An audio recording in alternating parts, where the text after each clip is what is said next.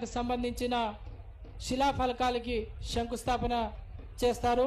నాడు ఇచ్చిన మాట ప్రకారం వాటిని నెరవేర్చుకోవడం కోసం ఇక్కడికి విచ్చేసిన ఉప ముఖ్యమంత్రి గారు ఆయా అభివృద్ధి పథకాలకు పనులకు సంబంధించి శంకుస్థాపన గావిస్తారు.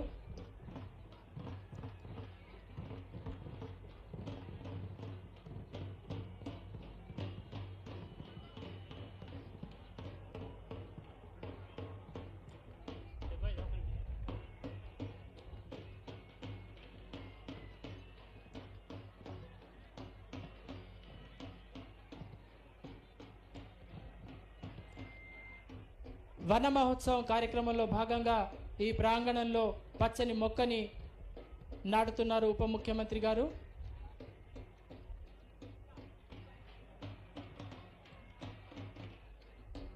స్వచ్ఛదనం పచ్చదనం అన్న నినాదంతో ప్రభుత్వం ప్రతిష్టాత్మక కార్యక్రమాన్ని చేపట్టిన విషయం మనందరికీ తెలిసిందే. పచ్చదనాన్ని పెంపొందించడంతో పాటు స్వచ్ఛతను కాపాడడం కోసం ఈ బృహత్ కార్యక్రమాన్ని చేపట్టింది.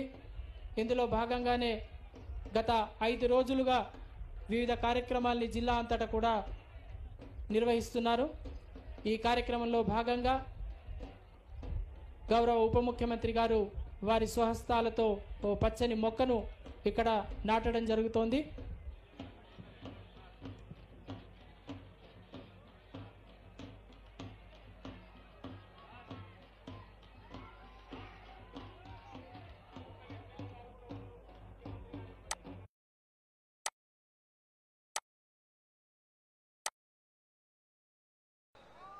ఆనాడు మాటిచ్చాము రాష్ట్ర ప్రజలకి.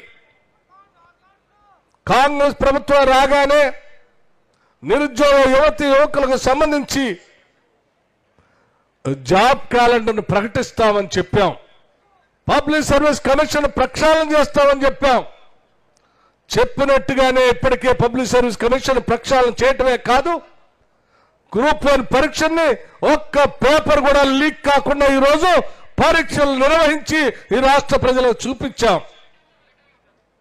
ఇప్పటికే కేవలం 3 నెలల్లోనే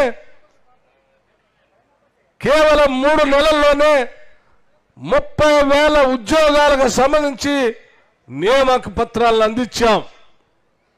మరో 35,000 ఉద్యోగాలకు సంబంధించి ప్రాసెస్లో పరీక్షలు నిర్వహించి కొద్ది రోజుల్లోనే నియామక పత్రాలు అందించే కార్యక్రమం తీసుకొని ముందుకు పోతా ఉన్నాం.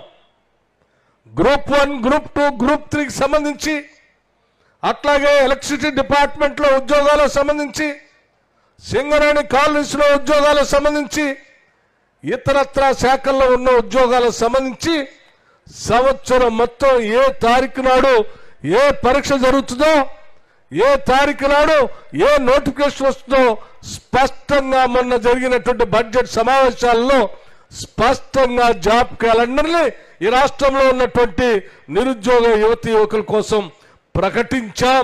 ఇది యువత కోసం చేసిన కార్యక్రమం. అనేక సమస్యల పరిష్కార మార్గం చూపించేటువంటి ఇందిరమ్మ రాజ్యం ఈరోజు రాష్ట్రంలో ఏర్పడి, ప్రజాప్రభుత్వం ఏర్పడి, ప్రజల అవసరాలే ప్రభుత్వ అజెండాగా ఉండి ఈరోజు ముందు పోతున్నటువంటి కాంగ్రెస్ ప్రభుత్వం మీ అందరికీ తెలిసింది.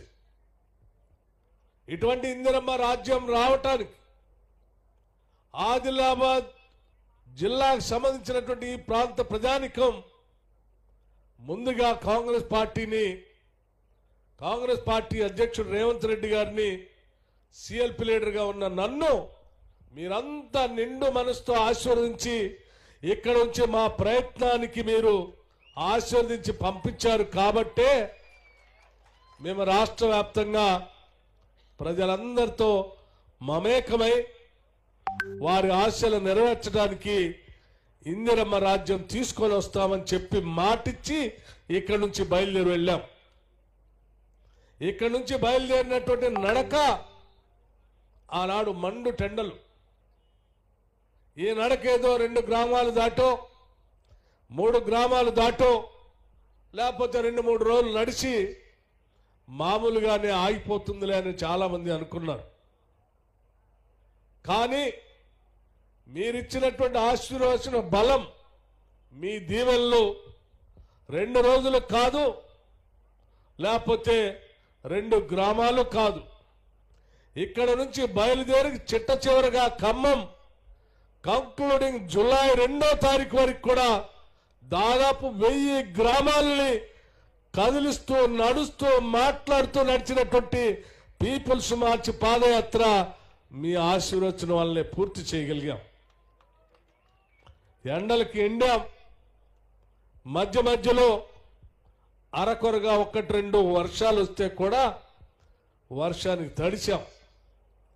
కానీ ఎక్కడ పాదయాత్రను మాత్రం ఆపే ప్రశ్నే లేదని చెప్పి మధ్యలో 2 సార్లు వడదెబ్బ తగిలినా నా వడదెబ్బ నా ఆరోగ్యం రాష్ట్ర ప్రజల సమస్యల కంటే ఇది పెద్ద సమస్య కాదని చెప్పి పక్కన పెట్టి రాష్ట్ర ప్రజల సమస్యల పరిష్కారం కోసం పాదయాత్రను కొనసాగించాం. ఆ పాదయాత్రలో మీ గుండె చప్పుళ్ళు విన్నాం, మీ బాధల్ని కళ్ళారా చూశాం.